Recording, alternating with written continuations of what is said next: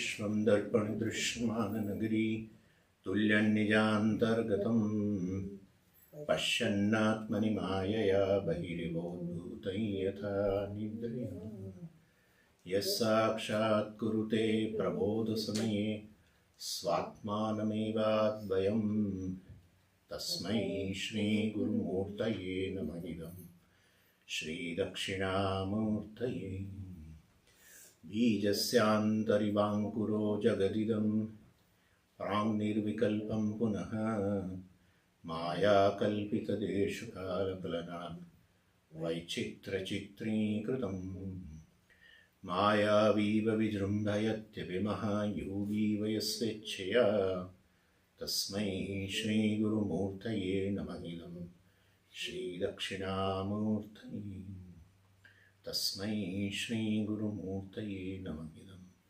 श्रीदक्षिणामूर्तये। ॐ सहना भवतु सहनौ भुनक्तु सह वीर्यङ्करवावहै तेजस्विनावधीतमस्तु मा विद्विषावहै। ॐ शान्ति शान्ति शान्तिः। सदाशिवसमारम्भां शङ्कराचार्यमध्यमाम् अस्मदाचार्यपर्यन्तां वन्दे गुरुपरम्पराम्।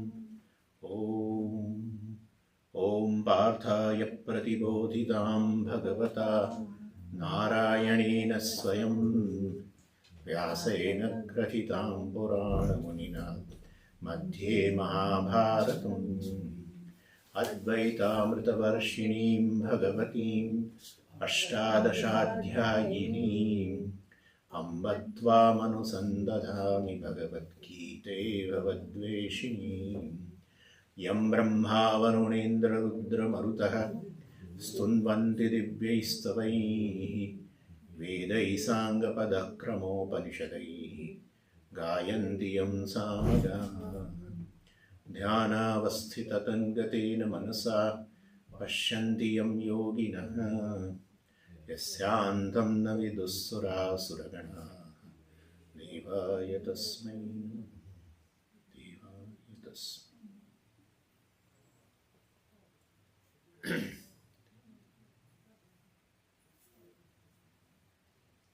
So we are discussing the 10th chapter.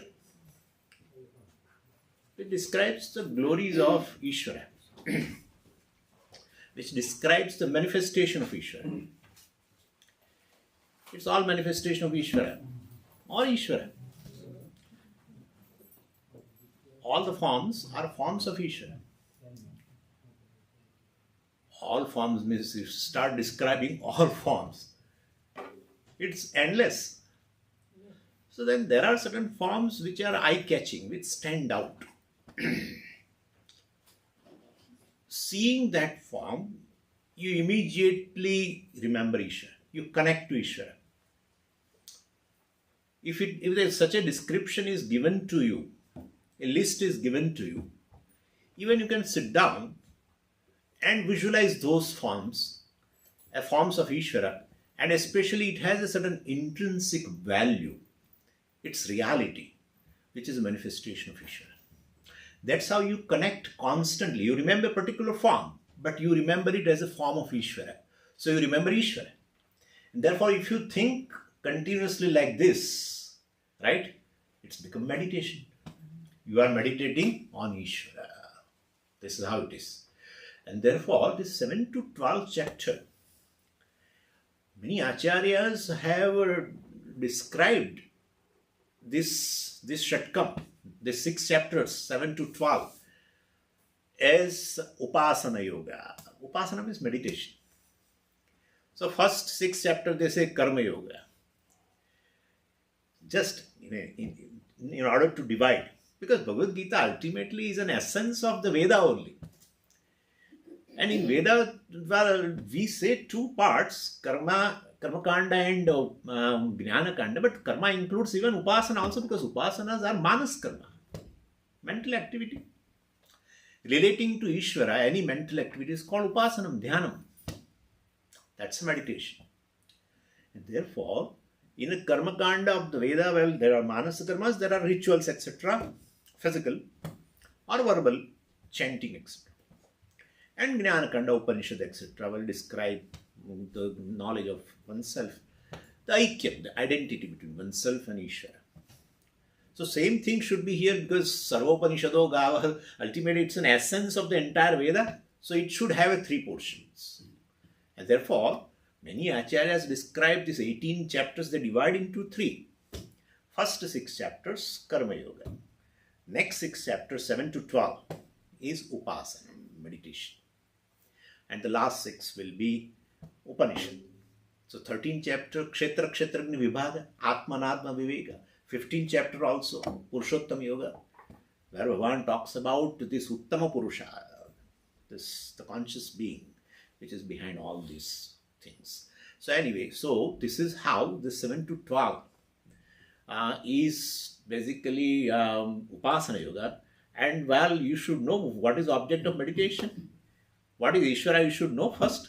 Otherwise, how will you meditate? No one can meditate on an unknown thing. Therefore, Bhagavan has to describe. So in 7th chapter itself, Bhagavan does this pratigna, that I will tell you, Jnana Vijnana Sahitam. That's Jnana Vijnana Yoga, 7th chapter. I will give you the knowledge, of course, of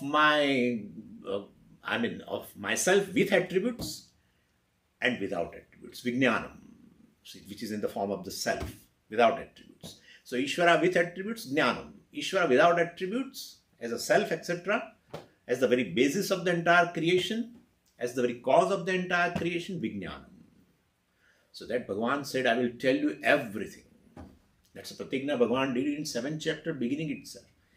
And so Bhagavan started even telling certain glories in a manifestation, means Ishvara with attributes, as a manifestation. Described in 7th chapter. 8th chapter is a little different.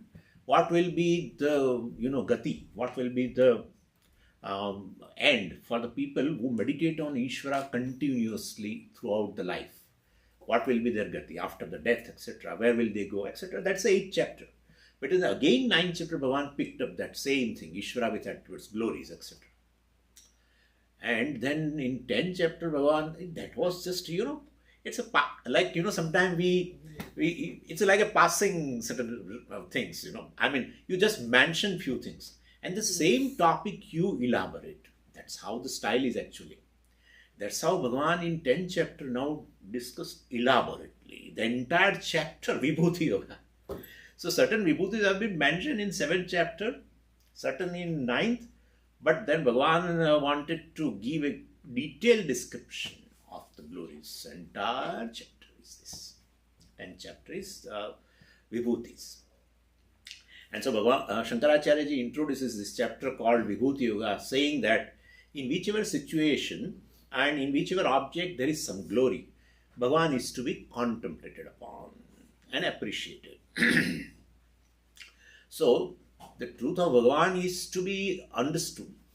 Why repetition? Bhagavan, in 10th chapter, very first verse, Bhagavan justifies for the repetition of glories. Already in 7th chapter, 9th chapter, already told them why you are repeating here. So, a matter which is to be understood should be repeated. A matter which is to be believed need not be repeated. You may tell once, right?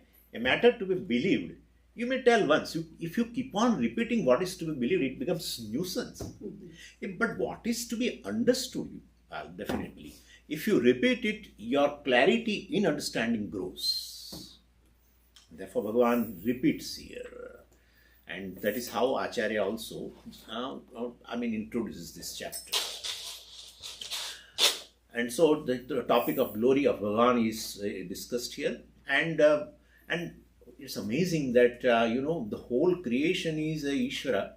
But in certain places, well, if you go, you really feel like going to a place where there is a confluence of rivers. Or if you go to a mountain, and from the top of the mountain you visualize the surrounding and all, you immediately, if a person is astika, he will immediately appreciate that what a creation is.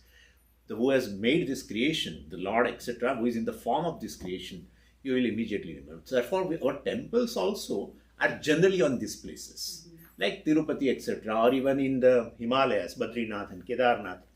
Beautiful. Even if you have not visited the temple, going to Badrinath and yet you have not had a darshanam of Bhagavan in the shrine, remaining outside itself when you appreciate everything. I remember when I went to Mansarovar, not me, I think we were some 70 people. We just saw Kailasa at a distance. At night 10 o'clock there was a sun.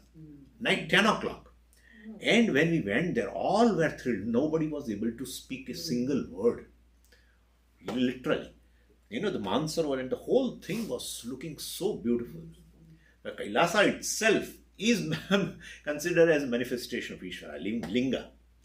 So, various places where you go and you immediately appreciate Ishvara. That's how we build temples also in such kind of places. Even our Rameshwaram, etc. also is at the confluence of three bodies of water, three seas, Arabian Sea and etc. Bay of Bengal and Indian Ocean. So this is how we build temples. They are places, religious places, not secular places. In other countries, it's a different thing. But since our Vedic vision of Ishvara is like this, that what is Ishvara. Therefore, we build temples also in such places where you immediately appreciate Ishvara. Yeah. So this is, and so topic of glory of Bhagavan, of course, is discussed in this 10th chapter.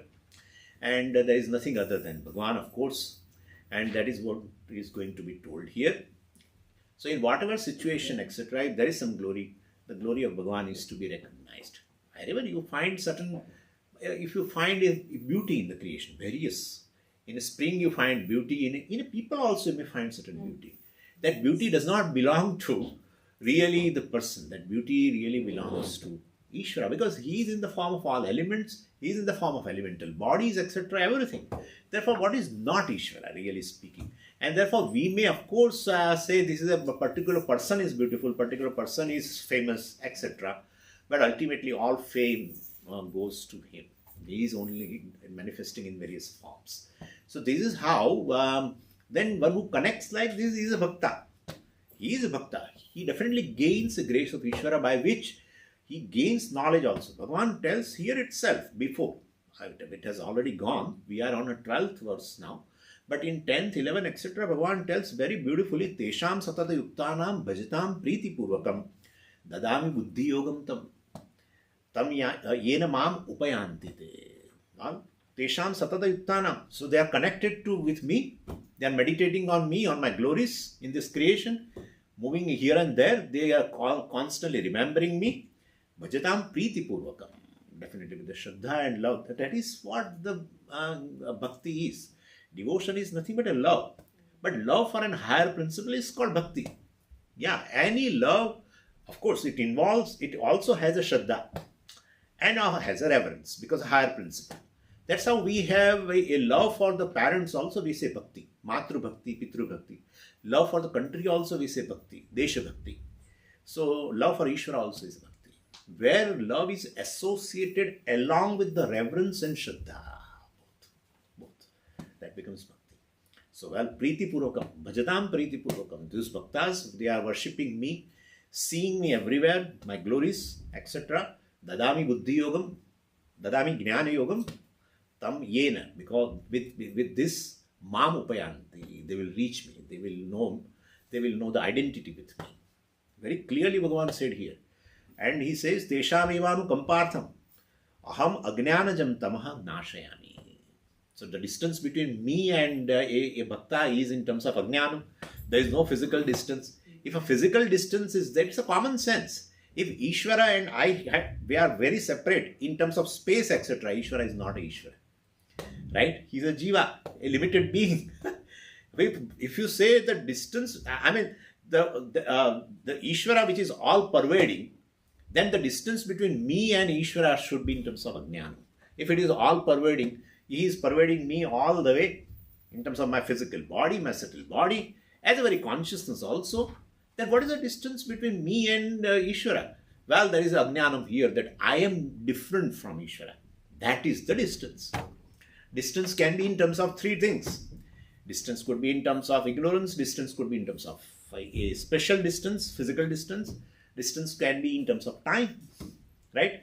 The distance between me as a working person and my retirement is in terms of time. It is not a physical distance. But there is a third distance, Ajnanajam.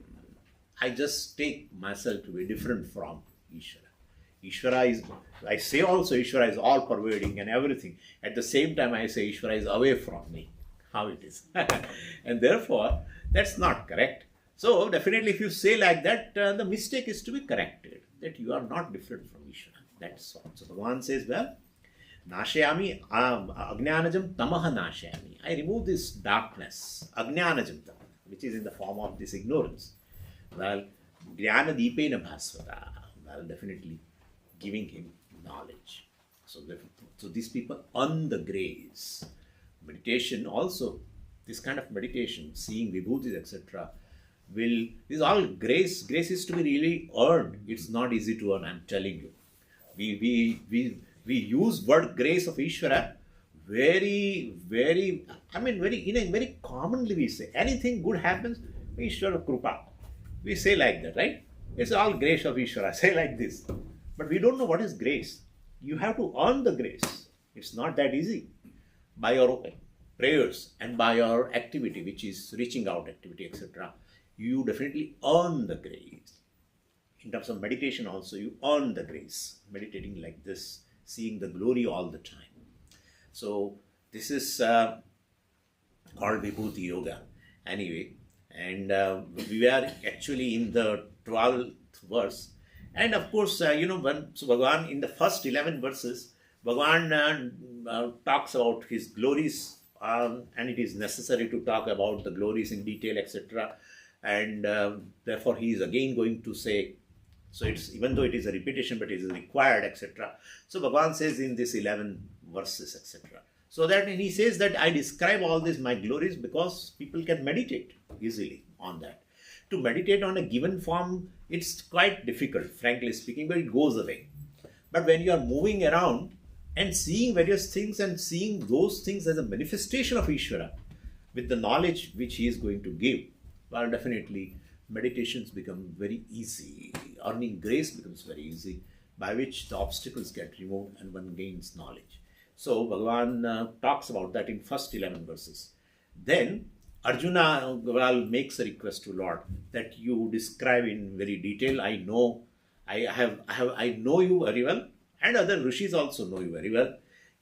Arjuna, of course, is going to reveal his understanding of what has been taught in the first 9 chapters. One has talked about him everywhere. He says, I am in this form. I am in this form. I am from me. From me, everything has come. I take avatar, etc. I am going to quote it a little later. So all this Bhagavan, so he has understood everything. He has understanding of Ishvara, that is, he is revealing first.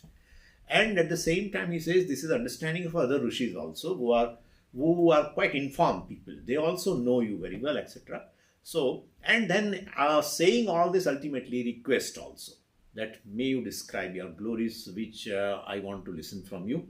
And there is no trupti. While when you describe your glories, listening to that, I don't have any satisfaction. I want to just drink that amritam, etc.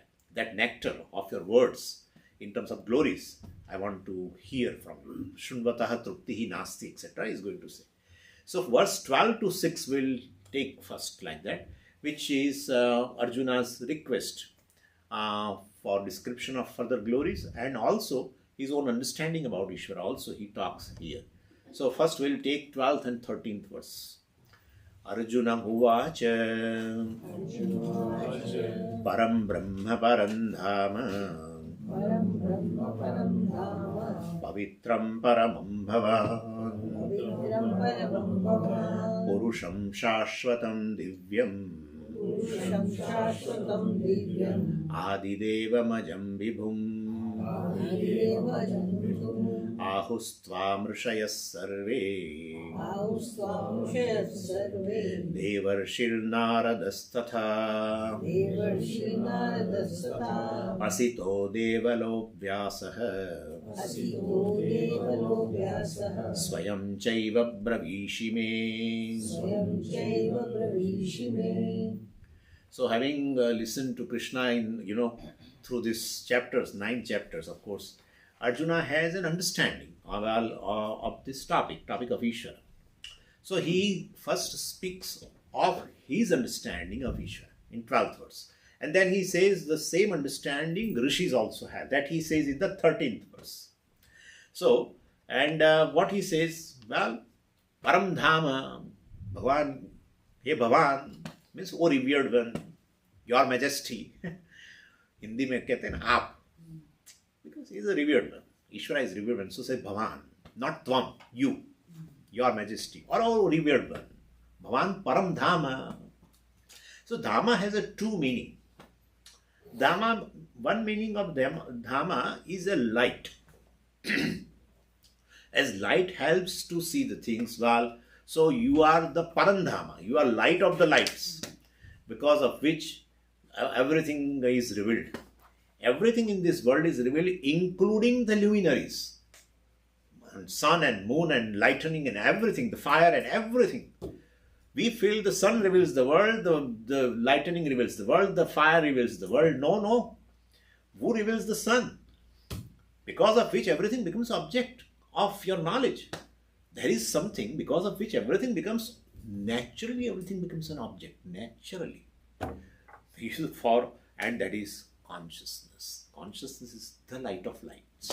That's how you are Parandhana, because of which the entire world becomes an object of knowledge. Swamiji, but we don't know everything is known. Object of knowledge means everything is known. Well, you know that certain things are unknown. Maybe major things are unknown. So known and knowables, you know everything. That thousands and billions of things I don't know, that also you know. It's also object of consciousness. And things which are known, which has entered into your mind. The unknown world becomes known once it enters into mind. It becomes an object of your thought. It's illumined by your Chidabhasa and becomes, we say it's cognition, knowledge, piece of knowledge. So the status of the world from unknown to known is through the mind.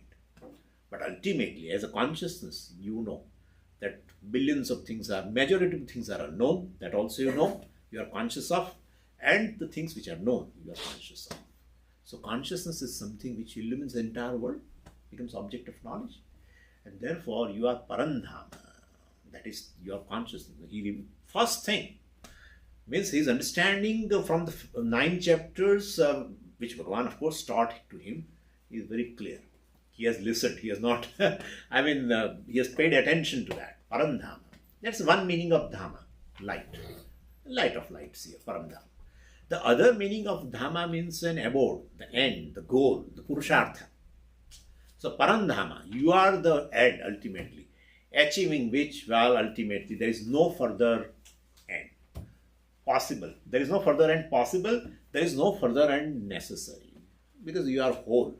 If we are whole, definitely I cannot be away from the whole. If I am away from the whole, then there is a whole, actually in the whole. Okay? And therefore, if everything is, no Swamiji, I am a part of the whole. I am Amsha of the Ishvara. No, parts cannot make the whole. Yeah. Parts make the thing which is also a thing which has a parts. Anything which has parts will fall apart. And therefore, if Ishvara is made up of all parts, various parts, then definitely someday he will also fall apart. Means then Bhagavan talks about him as one which is free from the effect of time. Anything which has been joined, parts, a car or a mobile or anything, came into being by joining various parts at a given time and will go away in a given time. Ishvara being Nitya, Shashvata, Bhagavan is going to tell. Therefore, he is free from the parts. Therefore, whole, well, if Ishvara says, I am whole, you should also say what? I am whole. But Swamiji, I am not whole. I am a part, I am a small being, etc. That is what the jnanam is. That's what the ignorance is. The distance between he is a whole, I am part. He is a Amshi, I am Amsha. That's how Vishishtadvaitin also say. No, you are whole. Definitely. So this is how. And once you know you are whole, what is left? What is to be achieved? What is to be achieved, even if you have, that's already included in whole. Right? So that's how we say Artha, Kama, Dharma, all the Purusharthas ultimately end into moksha. Moksha means freedom from any limitation of time, place, or anything.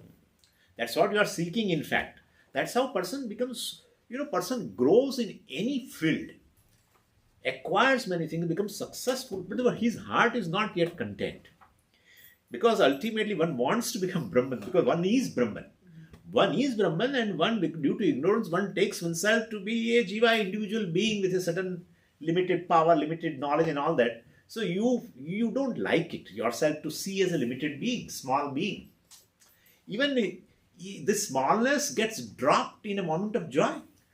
When you are happy, I am a small, that kind of a notion gets dropped temporarily. I'm a limited being, gets dropped. Well, all is not well with me. That notion gets dropped in a moment of joy. All is not well with me, also centered on I, and I am happy. Both cannot go together. If you are aware that all is not well with me, you will not be happy. If you are happy, well, this notion may not be there. So temporarily you are able to drop it. If you are able to drop it, it may not be your nature. What you can drop. So a thing which leaves you, right? Like a heat leaves this water, etc. Well, heat is not nature, right? Heat is not nature. Therefore, definitely, if anything you can drop off, that is not my nature. Then why do I take myself as a small? Well, that's called ignorance. Due to ignorance, you take yourself to be other than what you are. That is how Nirvana Shatakam removes all these notions. That's how they do. First three lines in that Nirvana Shatakam is negation of the notions which you already have due to self-ignorance. The fourth line talks about what you are actually. Chidananda Rupa Shiva. So this is how it is. Na me mrityu shanka, na me jati vedaha, na punyam, na papam, na saukhyam, na dukkham. Why it has to be negated? Because you take yourself to be having a punyam and having a papam and having a prarabdha. Swamiji, I don't know. Nowadays, I really, my prarabdha is literally bad. My prarabdha. So we associate. You definitely associate. Name mrityu shanka, Acharya says. You take yourself to be subject to death. Acharya says, Name mrityu shanka. You should not have even a doubt whether I die or not. Name. Could you follow? Therefore, with all these notions, definitely I take myself to be different from Ishvara. Naturally. So once that ignorance is gone, then ignorance-born notions also go away. You will understand you are also Chidananda. And as a Chidananda, you are Shiva, Ishvara. Chidananda Rupa Shivoham Shivo. So you can say, because Shiva is also Chidananda, well, I am also Chidananda and therefore I am Shiva. Right? A wave says I am water, and ocean also is what? Water. Then wave can say I am ocean. In reality, if I directly tell you wave says I am ocean, you will not like it. I know. You will not like it. But if you see what is really a wave and what is really ocean, then you see there is identity. There is no ocean without water. There is no wave without water. The truth of both wave and ocean is one, water. The truth of this jiva, the individual, and the truth of Ishvara, ocean, a jiva, wave, is Chidananda. And therefore, jiva and Ishvara are one alone. The distance is in terms of ignorance. And ignorance-born notions create further distance. I am a small knowing, he is all knowing, and etc. etc. All kinds of differences. Anyway, so Paramdhama, in terms of abode, in terms of, and also Param, most exalted. Then he says, Bhavan Pavitram Paramam, well, Paramam Pavitram. You are the one which is most purifying. So generally purification, we, of course, body etc. We for that we have not to say anything because everyone takes bath and everything. But when we say I am pavitraha, etc., I am pure, etc., we always talk in terms of our mind. If mind has a bad thoughts, etc., we say, well, Swami, I'm very impure. I am not that, So all this, we generally talk about the purity of mind. And when here it says, so there are a lot of things which purify the mind and bring, of course, solace, but you cannot completely purify Antakarana. Cannot. So people think that, Swamiji, I will not gain this knowledge unless my mind becomes totally pure. that they won't come. Because Ragadveshas keep manifesting. Because Ragadveshas are various impressions in the mind, born of various experiences in various janmas. And janmas are anadi, jiva is anadi.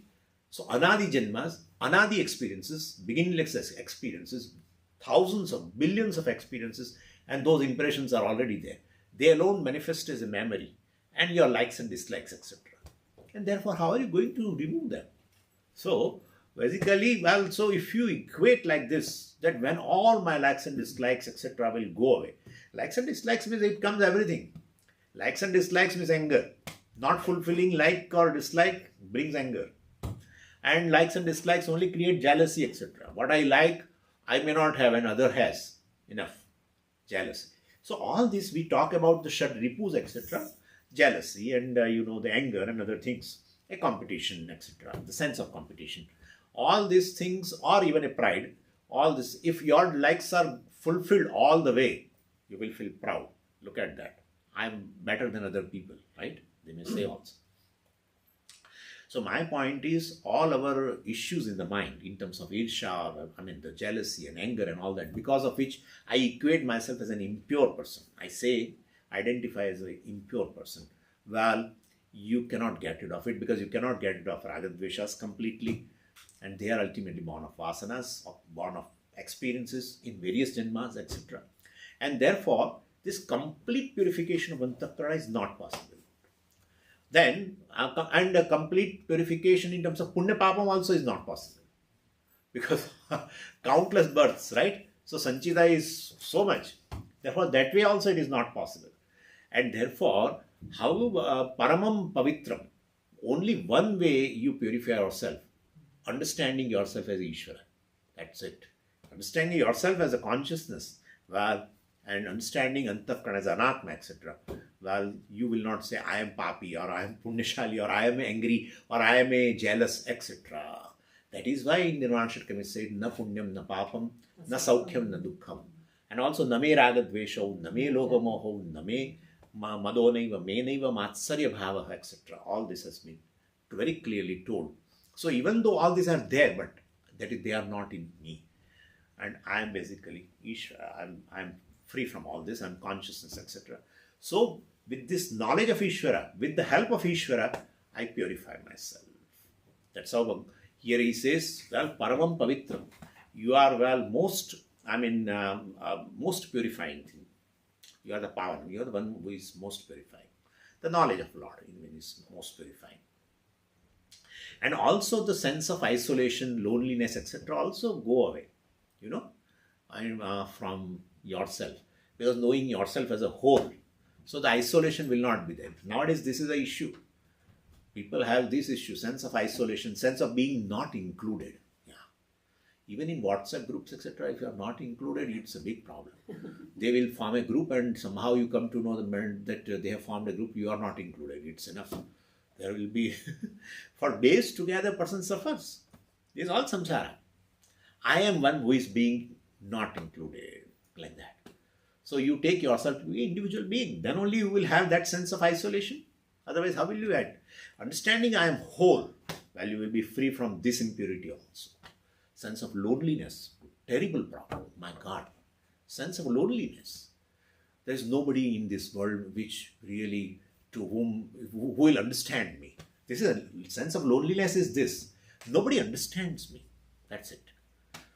Even in my family, nobody understands me. They don't allow me to speak, etc. So that brings a sense of loneliness. Especially the people in the old age will have this. They say, go in your room, do your work. Don't advise us. Don't poke nose in your...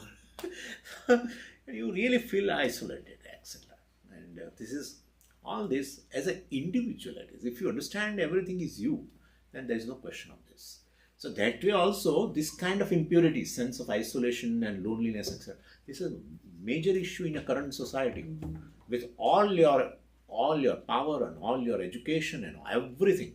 In fact, more a person reaches in a corporate ladder, more loneliness person has, because you cannot mix up with everyone. More you go to the top of the corporate ladder, you become from 10, you become now come to the group where there are 5, and ultimately you become only one as a chairman or CEO or whatever. So you cannot mingle with everyone now. Point is, and so that is how in a family, in an external world, person feels a sense of loneliness is there. That is what a person, this is a sense which is haunting the being, every human being. So, and it has no bearing with what you have. Material success has no bearing here. It is a psychological issue, emotional issue. That is to be addressed with this kind of a thing. The spiritual pursuit has a value because it addresses the emotional being. You are your emotion, not what you understand, really. That is what the people complain. You attend Bhagavad Gita class and you are still getting angry. Well, what your Swami is teaching you. So, the person who behaves is an emotional being. He may have a very good knowledge about how to control anger in his intellect. But that has no bearing with when you come to relate to the person. Therefore, that is to be addressed. There is an emotional immaturity in terms of all these emotions, anger and all this. That is there. That is to be addressed. It is to be addressed through Yoga Shastra, the Karma Yoga, etc. and bringing Ishvara into life. He is the greatest therapist. He can heal all these issues. Anyway, and therefore, all these impurities will go away when you gain a knowledge of Ishvara. Therefore, Paramam Pavitram, your knowledge, of course, is most purifying. And also, well, ultimately, this limited individual will be, made free from this Janma Maranam, etc. We have a fear also. That's another impurity. Fear of death. One fear never leaves you, and that is fear of death. Never leaves. Whatever you are. Even I'm a healthy being right now. All the report, blood work, etc. is showing that you are really a healthy being. But the fear of death never leaves. And while knowing Ishvara as yourself, you become free from even fear of mortality, etc. That is why, Name Mrityushanka, Name Jati Veda, etc. No. Name Mrityushanka, Name Jati Veda, Mata Neva, Pita Neva, Name Janma, etc. I don't have any Janma. I don't have even, there should not be any doubt regarding death of me, etc. That's a consciousness, So, knowing Ishvara, you become free from varieties of impurities, fears, and these other senses also. Okay. And so, this all, Arjuna is talking. Arjuna is giving a summary of what he has learned in 9 chapters regarding Ishvara. What Bhagavan has taught, he is repeating and saying that this is what I have understood. And this is what even Rishis understand, that he says in 13th verse. But anyway, and so further he says, Purusham Shashvatam. Well, so the Purusham Shashvatam, you are the Purusha. So Purusha has a 2 meaning. So, Purishayanat Purushaha or Puraushete. One who resides in this body, Puri. One who resides in this body is a Purusha. One who obtains in this body as a Jiva. I am basically a Purusha, really speaking, I am Brahman. But obtain in the body as a Jiva, like the all-pervading space, obtain in the pot as a pot space. Really speaking, there is no entity called pot space, but the space which obtains in the pot, well, it appears as a limited space. Same way the consciousness, all-pervading consciousness, well, which obtains here in this body is called Jiva. Not that I have, that Purusha, Brahman has become Jiva. That Purusha which obtains in this body, if you look at me from the standpoint of the body, well, you will say, Swamiji, you are an individual conscious being. So when you take into account the pot, the wall of the pot, Well, you say now there is a pot space, a small space, and there is a outer space, which is a very big space, etc. That division really is not created. Pot cannot create a division when the whole pot is in space and there is a space in the wall of the pot also. Pot cannot create. But such a pot, a upadhi we call, can create a notion in you that there are now spaces divided into a small and a bigger space, etc. Same way, the body, etc., like a pot. Sometimes we call this as also as a pot. So, pot. Anyway, so that creates, basically, the whole body is asti bhati priyam. What obtains in the body, well, also is consciousness. And there is consciousness which pervades everything. Therefore, one consciousness pervades everything. Everything is exists within consciousness. But, well, from the standpoint of the body, the same consciousness, Brahman, all-pervading consciousness, is called Jiva. So, one meaning of Purusha is this, Jiva. Puraushete, one which abides in this body, one which resides in this body, one which obtains in this body.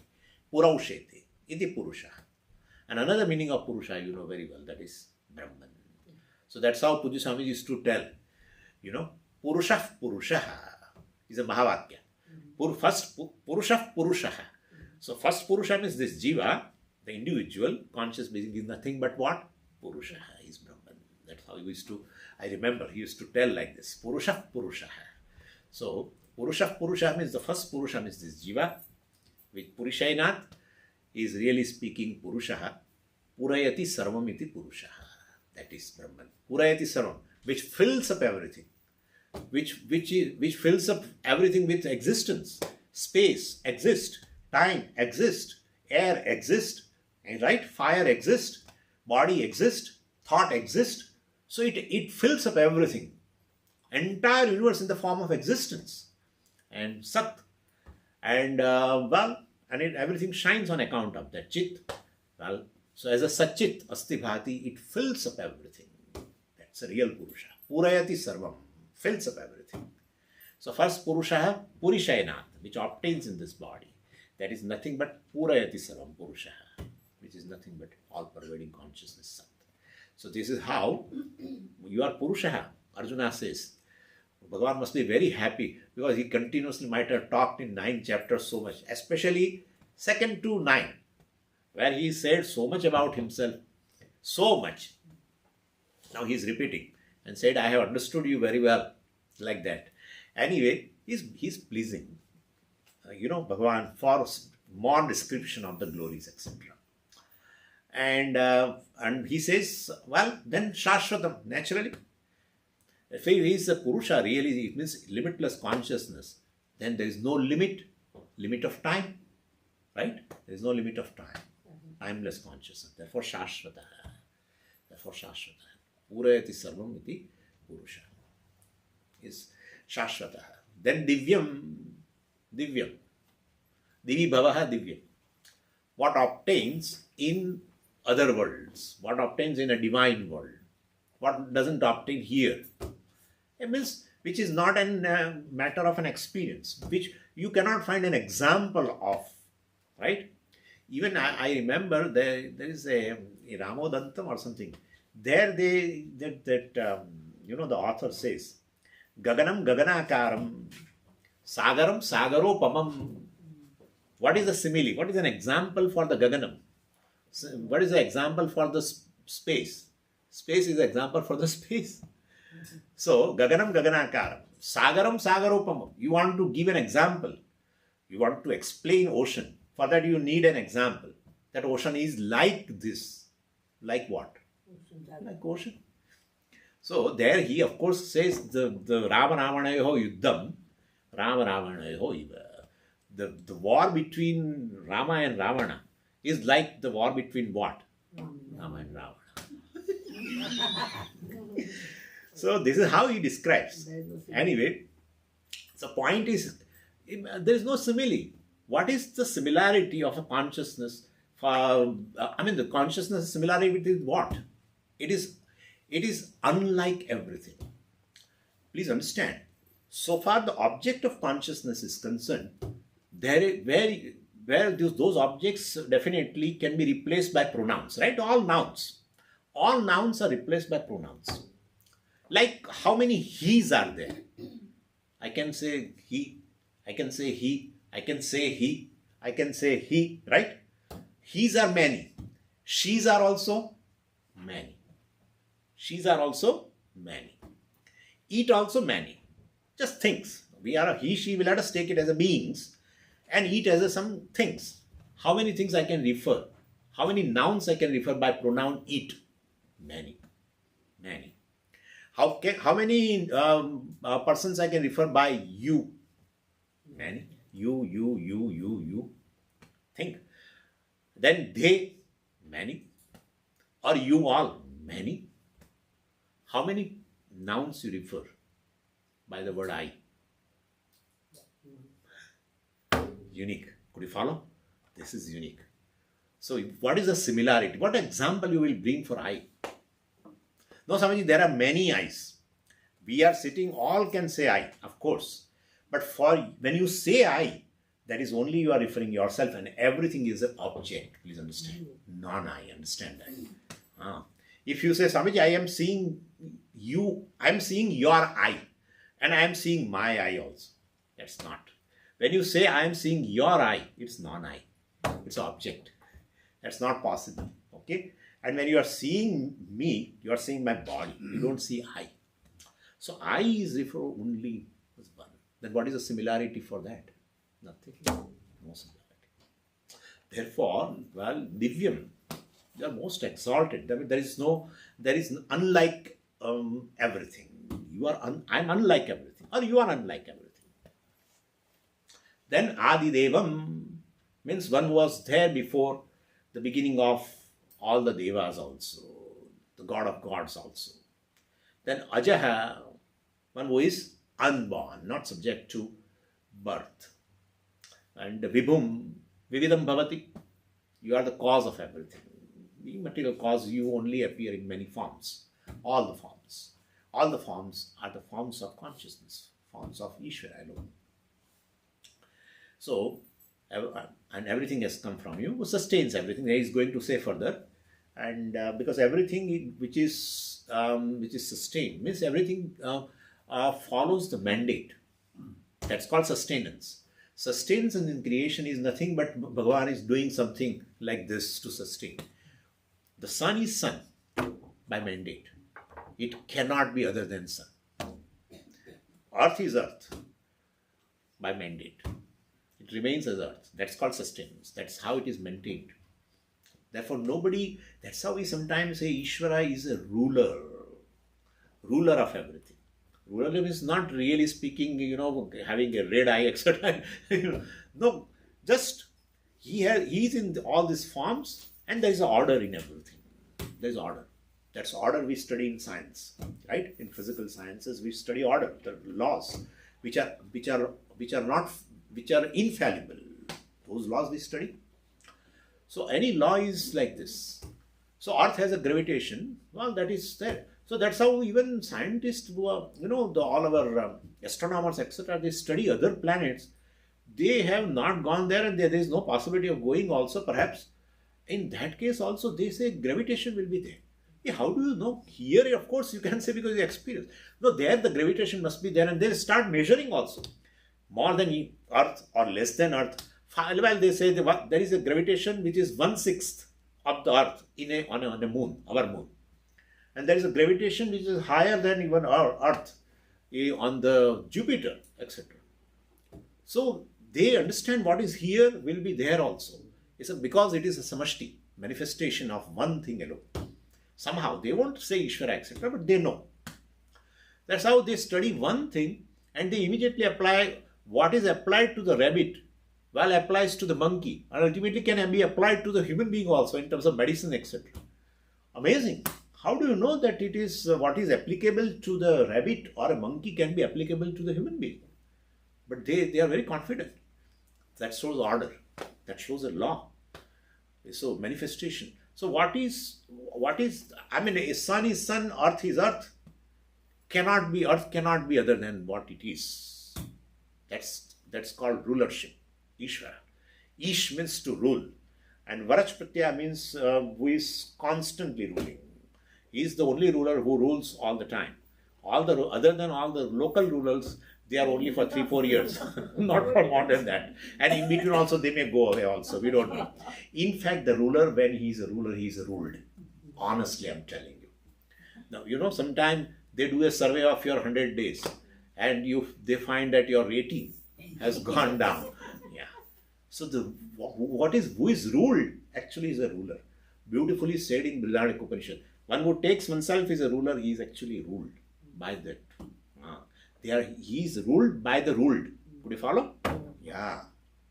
So this is how it is. So this is how the ruler ruled business. It's not absolute. No absolute ruler. No absolute ruled also. Absolute ruler. Vara. Vara indicates absolute.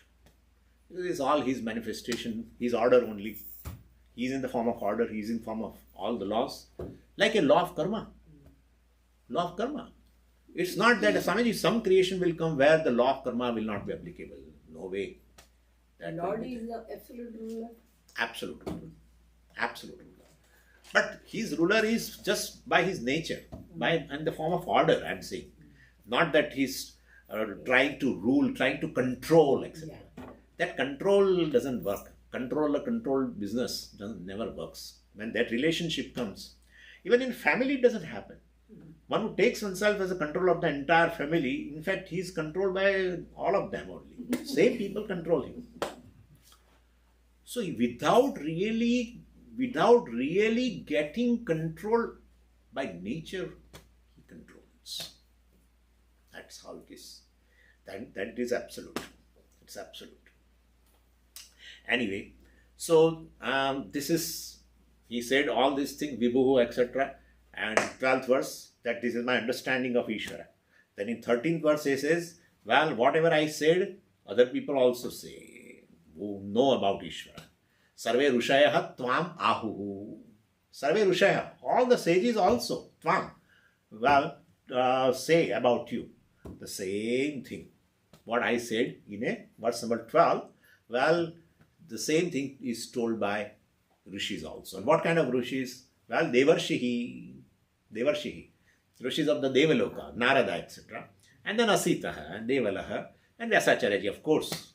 Vyasacharya has written so that all these Puranas, etc. Very big description. In fact, some of the glories of the Puranas Bhagavan is going to mention, which we are not much familiar of, naturally. We are familiar of this world. But what has been described in Purana, etc., those glories we may not be aware of. Therefore, we may sometimes feel, when Bhagavan starts describing, you may feel, this kind of thing we are not experiencing here. But Bhagavan refers to Puranas also, which is written by Vyasacharya. So Vyasacharya also know your glory, everything, very well. And Vyasacharya has written Brahma Sutra, etc., you know very well. So, showing the identity of oneself and Ishvara. So, Vyasacharya is a complete knowledge of you. All these also say the same thing, what I said in the 12th verse. Very beautifully he said that. And all these people say, they don't know. Remember, Rishis are talking like this. They don't know me. But I am talking about you like this. You don't know me, really speaking. Swayam chaiva pravishime. In fact, you told me in 9 chapters what I described. You only told me. That's how I learned. He says, my God, so many places he said all these things in 9 chapters. For you, I am just giving a little hint. Maya adhyakshena prakritihi suyate sacharacharam. Well, so my prakriti, my own creative power, manifesting the form of this entire world. Maya adhyakshena, I am adhyaksha. Well, so prakriti being non-separate from me, well, manifest in this form. What is unmanifest? Manifest in this form. That's my power. That's my creative power. That's how I'm called creator. Bhagavan says, naturally, Ishvara, masthani sarva bhutani, nachamasthani bhutani. While all of them have a being in me, I am not in them. Really speaking, they don't have a being in me. What is there is just me. Ishvara. And ye yathamam prapadyante tam tathaiva bhajamyaham. In a manner, person surrenders to me, and in the same manner I bless the person. Ishvara. Mattas, here itself, in the 10th chapter, Aham sarvasya prabhavaha mattas sarvam pravartate. Eighth verse. Aham sarvasya prabhavaha. Everything is born of me. Ishvara. So, Arjuna is telling, you only are telling everything in 9 chapters that you are Ishvara. And then how will you negate? No, others are talking. But you yourself are talking. Could you follow? And therefore, and also, one particular verse which I like in the 9th verse. Kaunteya pratijanihi name bhakta pranashyati. Hey Kaunteya, oh Arjuna, you do a pratigna on my part. Name bhakta pranashyati. My devotee will never perish. Nothing can destroy my devotee. My God. And there in 4th chapter, clean, a guarantee. Yada yada hi dharmasya glanir bhavati. Abhyuthanam adharmasya tadatmanam sujamyam paritranaya sadhunam, etc. And definitely reveals. Ishvara himself has talked. Like, I am giving you just a gist. So many are there. So many. As a Brahman, or Ishvara with attributes, without attributes, he has given complete information, knowledge to Arjuna. Therefore, Arjuna says, I am speaking because you only taught me. Rishis are talking and you may not agree, but then you yourself are talking. Swayam chaiva bravishi. Tvam bravishi. You are speaking. Me, to me. Okay, and then Arjuna goes on to say in 14th verse, Sarvametadrutam manye Yanmam vadasi Keshava Nahi te bhagavan vyaktim Vidurdevana danava. Means all the descriptions given by these rishis, etc., I consider to be true. Rutam manye. Aham manye. I believe. I take it. Rutam. I take it as a real. Whatever descriptions are given by rishis, whatever description about yourself you have given me, I consider it as a fact. Rutam manye, etc. So, and we have to understand now, there are 2 words which we are familiar with in Shanti Mantra also. Rutam vadishyami, Satyam vadishyami. Really speaking, when Rutam and Satyam both come, we have to give a little different meaning. We cannot say, no, it is the same repetition. When either of that occurs, then you can take it as having a similar meaning. So what is the first? Let us take that only one appears. Only Rutam, which is here, or Satyam. In either case, well, you can take it like this. That, a given thing, if there is a fact, and a fact is described by me, a fact is understood by me, and it is described as per my understanding. That's called Rutam. Means my understanding and my expression in terms of words, etc., matches with the fact. Then that is called Rutam or Satyam. When both the words appear, we have to give a different meaning. Satyam means yathartha bhashanam.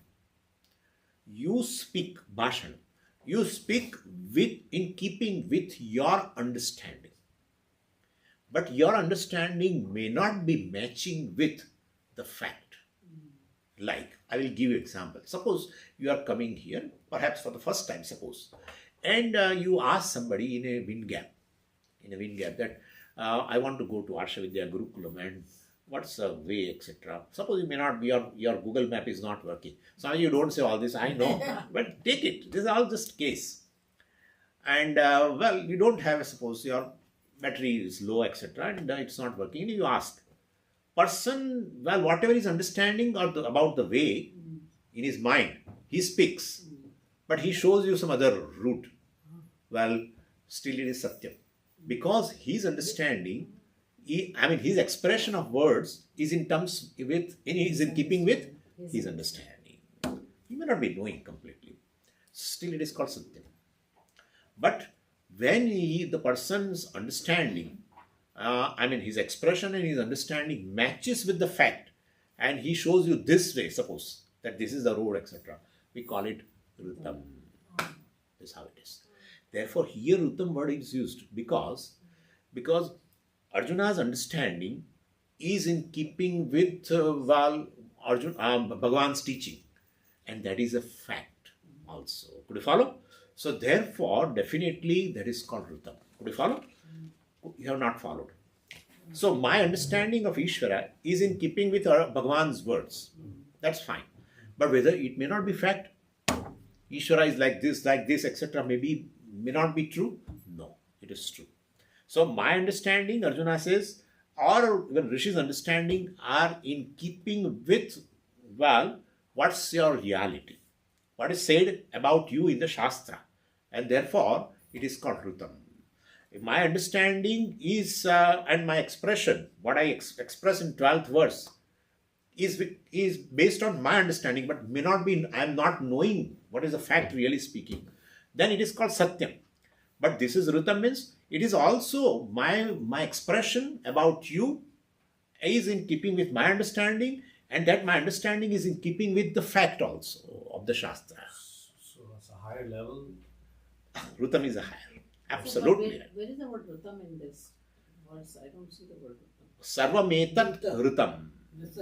See, it is Sandhi. Sarvam etat. Etat sarvam. Etat means what the rishis talk about you and what I just said in 12th verse. Etat sarvam. All this is Rutam. Aham manye. I believe that whatever I say is in keeping with, about you, is in keeping with the Shastra. And so aham Rutam manye. Yanmam vadasi Keshava. Mam vadasi, tvam vadasi. You said to me, I take it as that is what exactly described even in the Shastras, that is what even Rishis also say, etc. etc.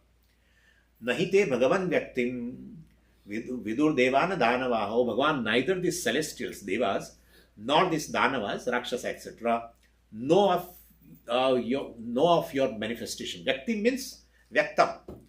Vyaktam means manifestation. Here it is used Vyaktim. Vyaktim means not an individual. They don't know your manifestation. This Devas, celestials, and even Rakshasas also, they do not know your real manifestation. Miss, you are the cause of everything. You are the material behind everything, and therefore you are everything that they don't know. Everybody sees the world naturally. Nobody says, I don't see the world at all. Everybody sees the world. But world is a manifestation of Ishvara. They don't know. That's very much true. Even in Kenopanishad, this is even Devatas do not know. That, the Yaksha appeared when, they won the war. Devas won the war and over the Dhanavas. And Indra threw a party. And everybody was enjoying, having a cup. I would say nectar, nothing else. And they were just saying, oh, I killed those Dhanavas. And Bhagavan thought, I am, whatever the power they have is my manifestation. What is not Ishvara? Everything is Ishvara, therefore ultimately they should be thankful to me. Devas have never won a single war over Dhanava without the help of Ishvara. That's a story in Purana, right? But this is the human nature, or this is the nature of an individual. When anything good happens or success happens, that's all because of me. Or any failure means you are responsible, Including the first victim will be a spouse. First victim will be a spouse. And spouse says, didn't I tell you that this is so you don't go into this business? I told you before. Anyway, so here it says, well, neither the celestials, Devas, or neither these Danavas know your manifestation, you are cause of everything, and therefore you are everything. Nothing. That is how now scientists are saying. I was amazed when I saw that. Prominent scientists in the world, they are saying this world may not be an inert thing. World is a conscious thing. That's how they say. There is a hard problem of consciousness. They don't understand what is this consciousness. But they are saying now this, that the world which looks inert is not inert. Amazing. It's all manifestation of one Ishvara, consciousness. Everything is conscious. Same consciousness, you say the same consciousness, Ishvara, from a given standpoint, given aspect, we call Devatas also. Yeah. That's how for everything is a manifestation of ultimately Ishvara. So we view the even solar disk because it's a manifestation of Ishvara. Therefore, solar disk is now Surya Devata. It's not an inert entity, a solar disk. For us, it's a Surya Devata. which is responsible for the intelligent functioning of the solar disk. That intelligent manifestation brings consciousness naturally. Intelligent manifestation anywhere brings a conscious being, because intelligence is associated with conscious being. Intelligence means knowledge. Knowledge is associated with the conscious being. And my God, this solar disk, so-called solar disk, has that cycle they call hydrogen helium cycle or whatever. It's a very, it's an intelligent manifestation of Ishvara. So we call the solar disk is functioning due to the blessing of Surya Devata, and that same Surya Devata is responsible for the functioning at the level of Adhyatma. So Adhyatma and Adhibhuta both are connected by Adhidaiva. That is all a manifestation of Ishvara. Adhyatma, Adhibhuta, and both are connected by Adhidaiva. Adhidaiva means, Devatas, which is again nothing but Ishvara alone. Ishvara alone is manifestation in the form of Devatas, in the form of Adhyatma, in the form of Adhibhuta. That's how it has been described at the end of the 8th chapter actually also. Anyway, so we'll see now the further verse 15, 16 onwards after a break. Okay, so you can have here there is nothing, you can go out and have a cup of tea or something. I'm here. What you time can do you go. want us to be back? 11:30.